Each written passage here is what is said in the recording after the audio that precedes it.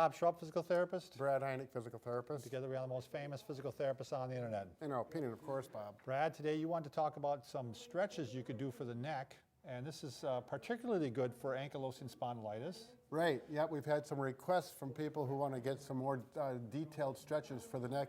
Again, you don't have to have that diagnosis if you just have a tight neck. These are great exercises. Yeah, if things aren't moving the way they should. And the thing is, what you'll find is generally if it's not moving, it's going to eventually lead to pain if you're not getting full motion. So you're wearing out the neck at a smaller range. Right. So, it's just amazing how when people get older, rotation really becomes limited. Yeah. We've got two good exercises. All these actually going to help with that.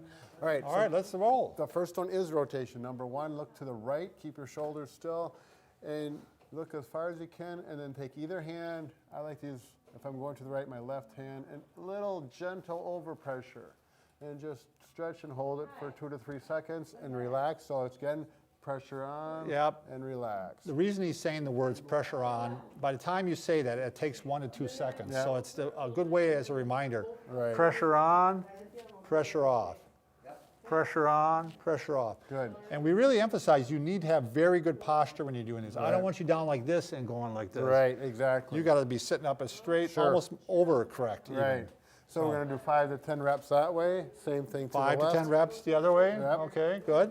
Excellent one to do. The next one is we always like this one, chin tucks. Oh, Just bring the chin in towards the throat and keep your face, it's like you're going to take a pie and you're just going to retract. So just back like this. Good posture again. You're not doing this. Right. And you're not doing this, you're going straight back. Yeah. This is a tough one for a lot of people to do. Exactly. Yeah. And if you want, you can put a little overpressure on your chin to give a little extra stretch. And again, I like to do pressure on, pressure off, pressure on. And again, I think up to 5 of these. If you want to do more, you can. I've seen some people take the kind of the thumb like that and go back. A little more comfortable. Yeah. Just another way to do it. And this is just another modified example of this. And it gets a little more stretch back here. You're going to push in on your chin, grab behind your head and that occiput bone, that bump there. You're going to pull up here and press in here gently. None of these should cause pain, by the way. Just a gentle stretch feeling. Exactly. We're not trying to cause any pain here at all. If it is, you shouldn't be doing it. So again, I'm going in and up. So it's, if you could, that motion, but I'm going to grab and push, pressure on, pressure off. Don't try and talk to your wife or your spouse while you're doing these because it doesn't work. A modified version of this, Brad, is some people actually take their fist and put it underneath their, like this. Right. And then they go like this. Right. Now, you've got to be gentle with this because you can put a lot of pressure on your neck with this one. I think your arm was in the way, but the way Bob was doing it was here. Put your thumb down. And then your pressure goes up this way. And you go like this. And that puts a little bit of traction on the neck, actually. And actually takes some of the stress off of this.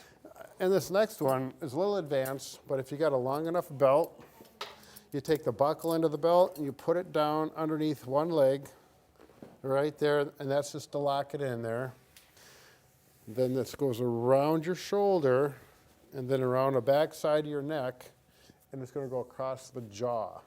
Not across the neck because that's that would probably not good. Right. So you're going to look to the left and take this across the jaw and actually up towards the ceiling, and you're going to pull the pressure. This is going to give extra pressure up that direction and backwards. We're going to rotate that neck that way and hold.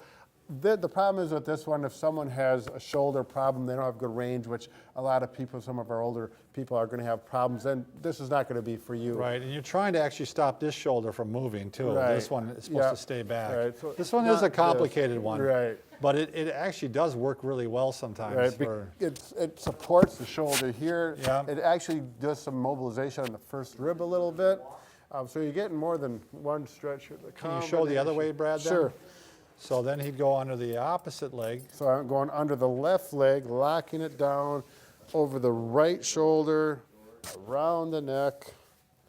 There you go.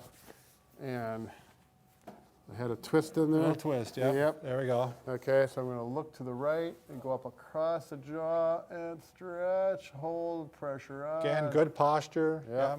Pressure on. And with this, I like to actually extend the chest and the thoracic back. I don't know if they can hear me with. And again, this is going up. Right. Yep. Okay, So so a little those, complicated, but the other ones are easy to do. You can do throughout the day without even needing any equipment. But again, great for anybody if you have an arthritic neck Right. and you're starting to lose range. Yep. Those are great ways to try to regain it. start out So- gently. So, All right. all right, thanks for watching, and make sure you subscribe if you haven't already. Yeah, hit the subscribe button. Slap it. Oh, there's a snowman out there, Bob. Yeah, there is. I couldn't find that Oh, before. fun.